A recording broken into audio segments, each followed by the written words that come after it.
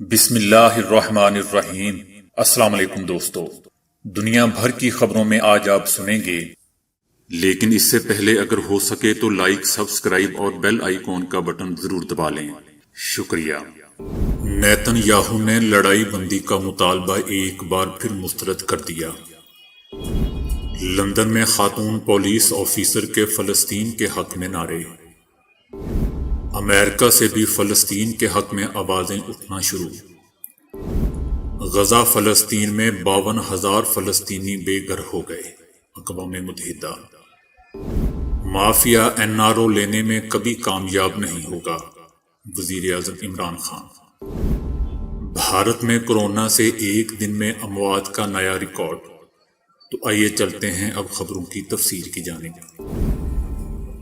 اسرائیلی وزیر اعظم نیتن یاہو نے روایتی ہٹ دھرمی کا مظاہرہ کرتے ہوئے عالمی رہنماؤں کے مطالبے کو یکسر مسترد کر دیا ہے اور کہا ہے کہ شدت پسندی کے خاتمے تک لڑائی جاری رہے گی۔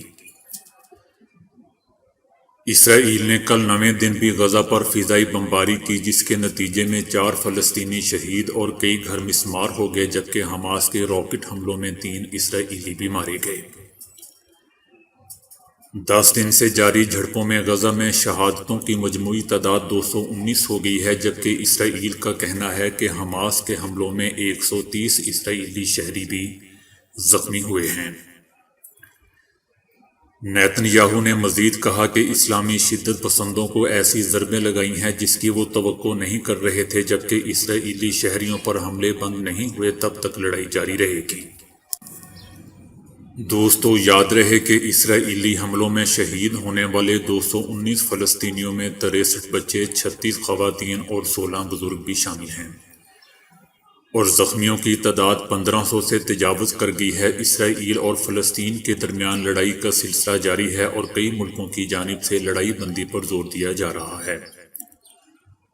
البتہ اردن نے بڑھتی ہوئی کشیدگی کے پیش نظر اسرائیلی سفیر کو ملک سے بے دخل کرنے کی دھمکی دے دی ہے۔ فریقین کے درمیان منگل کو ہونے والی لڑائی میں ایک فیکٹری میں کام کرنے والے 2 ورکرز مارے گئے، جبکہ 7 شہری بھی زخمی ہوئے۔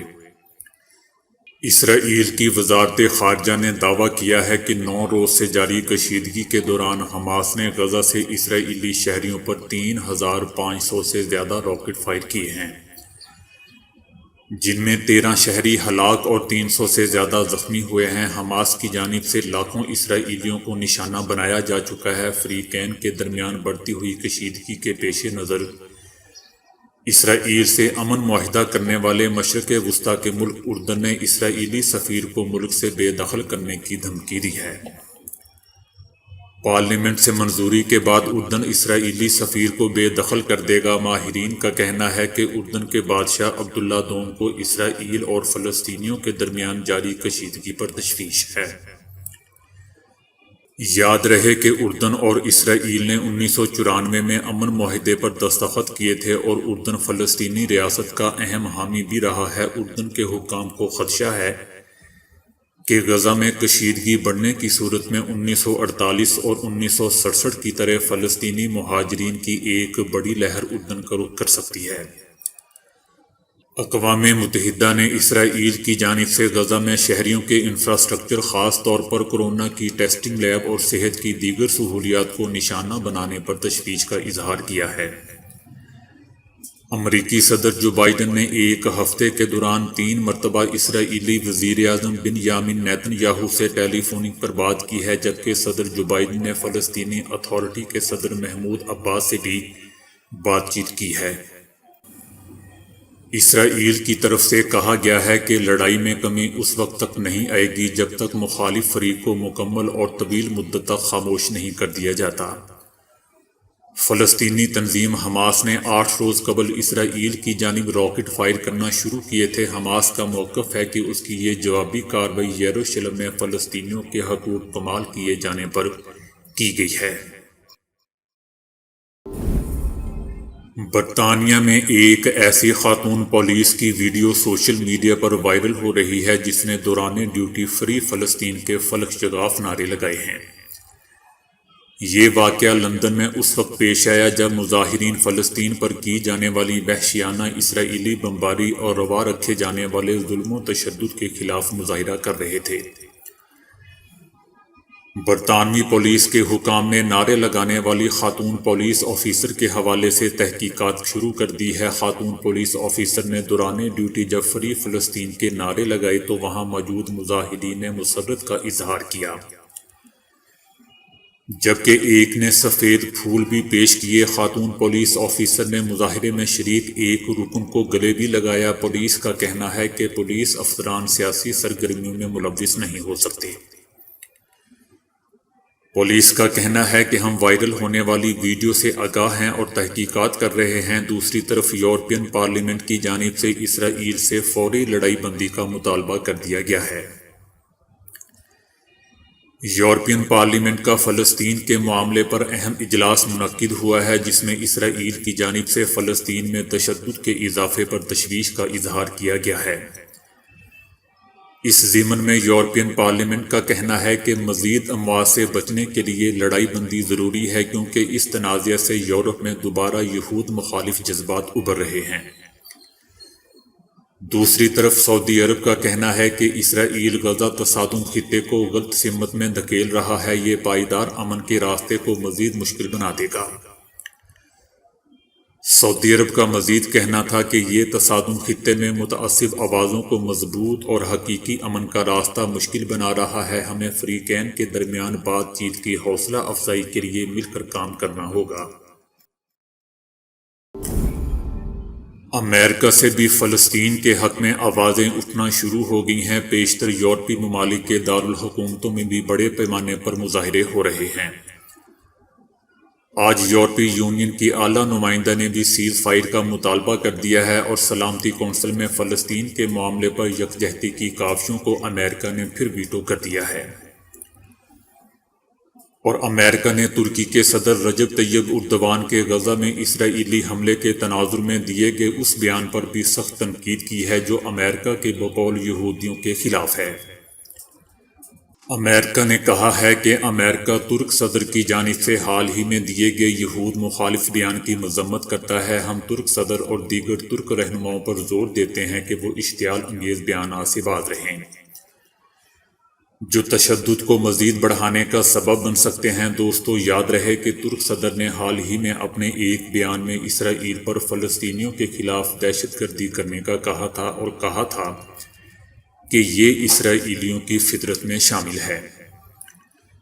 ان کا یہ بیان اسرائیل اور حماس کے درمیان جاری لڑائی کے تناظر میں سامنے آیا تھا۔ صدر اردوان نے اپنے بیان میں اسرائیل کو مخاطب کرتے ہوئے کہا تھا کہ یہ لوگ قاتل ہیں اور 5 یا 6 سال کے بچوں کو مار رہے ہیں۔ یہ صرف ان کا خون چوسنے سے ہی مطمئن ہوتے ہیں۔ ترک صدر نے امریکہ کے صدر جو بائیڈن پر بھی اسرائیل کی مدد کرنے پر تنقید کی تھی اور الزام لگایا تھا کہ امریکہ کے صدر کے ہاتھ خون میں رنگے ہوئے ہیں۔ ترک صدر کے حالیہ بیان کے بعد ترکی اور امریکہ کے درمیان تعلقات میں تناؤ کے خدشات کا اظہار کیا جا رہا ہے۔ دوستو، یاد رہے کہ اسرائیل اور فلسطینیوں کے درمیان 10 مئی سے جاری کشیدگی میں اب تک 200 سے زائد فلسطینی شہید ہو چکے ہیں، جن میں 63 بچے بھی شامل ہیں اور 35 سے زیادہ خواتین اور 16 بزرگ بھی شامل ہیں۔ اس کے علاوہ حماس کے راکٹ حملوں میں اب تک 13 اسرائیلی بھی ہلاک ہو چکے ہیں۔ کئی روز سے جاری اس لڑائی کے خاتمے کے لیے عالمی سطح پر کوششیں بھی جاری ہیں اور اس بات پر زور دیا جا رہا ہے کہ فریقین لڑائی بندی پر راضی ہو جائیں۔ اسرائیل کی جانب سے کی جانے والی وحشیانہ بمباری اور پرتشدد کارروائیوں کے نتیجے میں اب تک صرف غزہ میں 52,000 سے زائد فلسطینی بے گھر ہو چکے ہیں اور 450 عمارات یا تو مکمل طور پر تباہ ہو گئی ہیں یا پھر انہیں بہت بری طرح سے نقصان پہنچا ہے۔ یہ اعداد و شمار اقوام متحدہ نے جاری کیے ہیں۔ اقوام متحدہ کا کہنا ہے کہ بے گھر ہونے والے 47,000 افراد نے غزہ میں اقوام متحدہ کے 58 اسکولوں میں پناہ لے رکھی ہے۔ اقوام متحدہ نے کہا ہے کہ 132 عمارات مکمل طور پر تباہ ہو چکی ہیں اور 316 بری طرح متاثر ہیں۔ ان میں سے 6 hospital, 9 primary health care centres اور واٹر پلانٹس بھی شامل ہیں، جن کی وجہ سے 2,50,000 افراد پانی تک سے محروم ہو گئے ہیں۔ اقوام متحدہ اور اس کے شراکت دار بے گھر ہونے والے افراد تک خوراک اور دیگر ضروری سامان پہنچانے کی کوشش کر رہے ہیں۔ عالمی ادارہ صحت نے کہا ہے کہ بے گھر ہونے والے افراد بڑی تعداد میں سکولوں میں پناہ لے رہے ہیں، جس کی وجہ سے کورونا پھیلنے اور پانی سے بیماریاں پیدا ہونا کا خطرہ ہے، جبکہ میڈیکل سپلائی کی بھی شدید کمی ہے۔ مختلف انسانی حقوق کی تنظیموں نے غزہ میں رہائشی عمارتوں پر اسرائیلی بمباری کی تحقیقات کرانے کا مطالبہ کیا ہے، جہاں اسرائیلی آرمی نے رہائشی عمارات کو تباہ کیا۔ تنظیموں کا کہنا ہے کہ حملہ کر کے بچوں سمیت پورے خاندان مار دیے ہیں۔ یہ حملے جنگی جرائم کے زمرے میں آتے ہیں یا انسانیت کے جرائم کے دائرے میں آتے ہیں۔ اسرائیل نے اس حوالے سے دعویٰ کیا ہے، بلکہ جھوٹ بولا ہے کہ وہ صرف عسکری اہداف کو نشانہ بناتے ہیں اور عام شہریوں کو بچانے کی بھرپور کوشش کرتے ہیں۔ اسرائیل کا مزید کہنا ہے کہ وہ حملے سے پہلے لوگوں کو عمارات خالی کرنے کی وارننگ دیتے ہیں، لیکن تنظیموں کا اس حوالے سے کہنا ہے کہ اسرائیل نے کسی وارننگ کے بغیر 4 عمارات پر حملہ کیا۔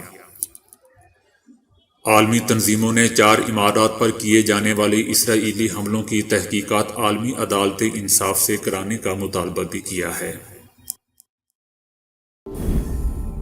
ادھر پاکستانی وزیر اعظم عمران خان نے کہا ہے کہ سارے مافیا اکٹھے ہو کر مجھ سے NRO لینے کی کوشش کر رہے ہیں۔ مافیا NRO لینے میں کبھی کامیاب نہیں ہوں گے۔ وزیر اعظم عمران خان کا کہنا تھا کہ ہم نے اگلے الیکشن کا نہیں بلکہ قوم کے مستقبل کے لیے سوچا ہے۔ 5 سال بعد دیکھنا چاہتا ہوں کہ کمزور طبقے کو ہم نے کیسے اوپر اٹھایا ہے۔ عام آدمی کو گھر بنانے کے لیے اب بینک قرضے دیں گے۔ ملک سے بھاگنے والے زیادہ دیر نہیں بچیں گے، ان کو واپس لے کر آئیں گے۔ لندن بیٹھے مافیاز کو بھی جلد پاکستان لائیں گے۔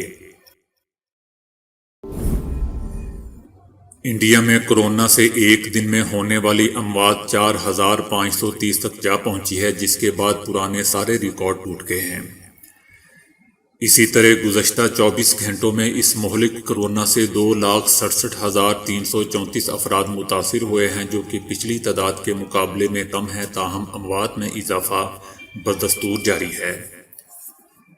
انڈیا میں مارننگ کنسلٹ ٹریکر کے ہونے والے ایک تازہ سروے میں وزیر اعظم نریندر مودی کی مقبولیت انتہائی تیزی سے گرنے کا انکشاف ہوا ہے۔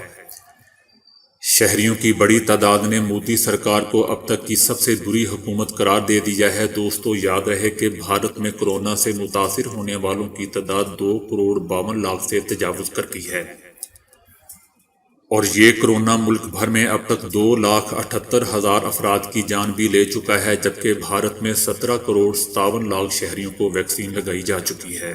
تو دوستو، آج کے لیے اتنا ہی۔ ویڈیو کو لائک اور شیئر کرنے کا بہت بہت شکریہ۔